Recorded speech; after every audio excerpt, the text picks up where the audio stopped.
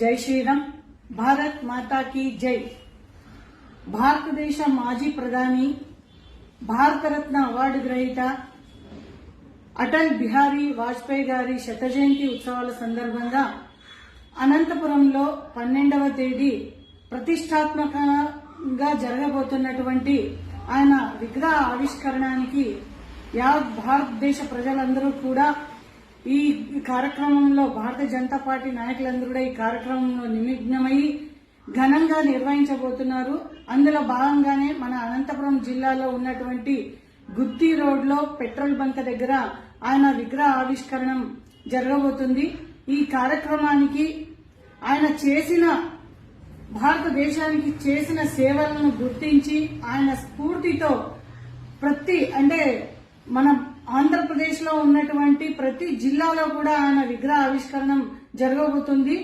ధర్మవరంలో 11వ తేదీ ప్రారంభమయ్యి డిసెంబర్ 25వ తేదీ అమరావతిలో ఈ కార్యక్రమాన్ని ముగింపు చేస్తున్నారు. అందులో భాగంగానే మన అనంతపురం జిల్లాలో కూడా ఈ విగ్రహ ఆవిష్కరణానికి మన ఆంధ్రప్రదేశ్ బీజేపీ రాష్ట్ర అధ్యక్షులు పివిఎన్ మాధవ్ గారు, అలాగే వైద్య ఆరోగ్య శాఖ మంత్రి సత్యకుమార్ యాదవ్ గారు, కేంద్ర ఉక్కు భారీ పరిశ్రమల శాఖ మంత్రి భూపతి శ్రీనివాస్ వర్మ గారు, ఆర్థిక శాఖ మంత్రి పయ్యవుల కేశవ్ గారు, అలాగే మన అనంతపురం జిల్లాలో ఉన్నటువంటి ఎంపీలు, ఎమ్మెల్యేలు, కూటమి ప్రభుత్వంలో ఉన్నటువంటి నాయకులు అందరూ కూడా ఈ కార్యక్రమానికి విచ్చేయబోతున్నారు.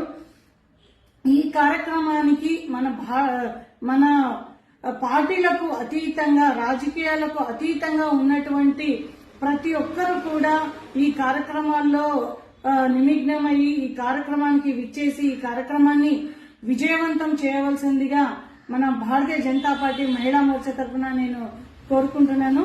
జై హింద్, జై భారత్. అటల్ బిహారీ వాజ్పేయి గారి ఆశయాలను మరియు ఆయన కలల కన్నా భారతదేశాన్ని నిర్మిద్దాం. జై బీజేపీ.